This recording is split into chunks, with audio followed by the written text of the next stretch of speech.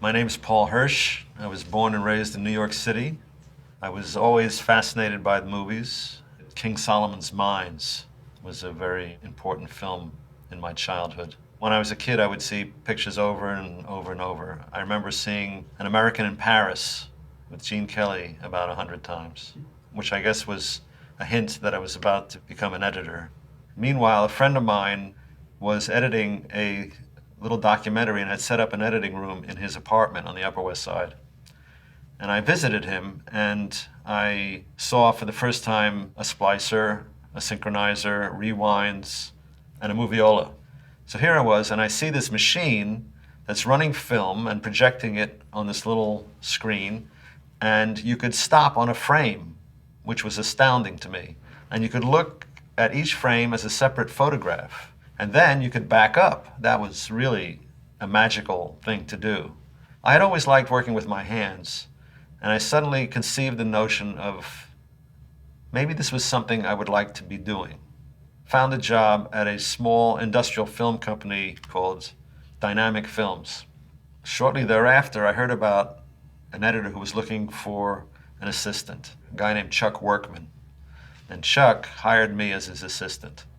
After a few months there, Chuck was getting more work than he could handle, so he handed some off to me. The first thing I ever cut was a 3.5-minute version of a 10-minute featurette for the Thomas Crown Affair. My brother had a job at Universal as a junior executive, scouting, directing, and writing talent in New York. And I think in reality, they used him as a lightning rod to deflect attention from people they didn't want to talk to. So anybody came in with a project in New York, they would give them to my brother Chuck Hirsch. He would propose supporting some of these projects, and they shot him down every time. So finally, he was sort of frustrated, and he had a 2-week vacation. And one of the directors who had come to him with a project was a young man named Brian De Palma. They did this film, and they needed a trailer for it. By that time, I had started cutting trailers for Floyd Peterson. And Chuck came to me and asked if I would cut the trailer, so I did. Brian liked it, and I met Brian, and he and I sort of hit it off. And when the picture came out, it was sort of a small success, and they got the money to do a sequel. Armed with my understanding of how to do trailers, I thought, well, I can do a longer film too. And I left Floyd Peterson to go edit Son of Greetings, which title was changed to Hi Mom.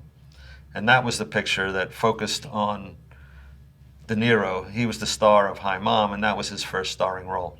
The problems that I encountered every day in my work, I was sort of reinventing the art of editing. Not that I invented anything that hadn't been done already, but by inventing it for myself, it was very exciting. That was my first editing job. I was 23 years old.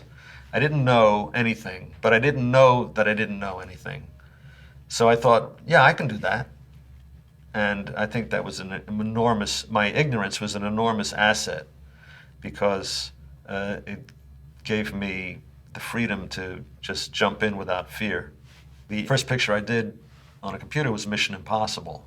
When I started working on the computers, I was editing the image inside the frame as opposed to just editing the frame itself. Sort of amazing control that it gives you, and the kind of freedom to do things that you shy away from on film because it was just too difficult.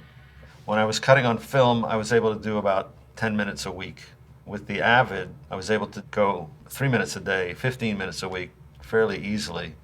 And on some pictures, I've been able to average 4 cut minutes a day, cutting about 20 minutes a week. The Avid has really increased my productivity in terms of what I can turn out.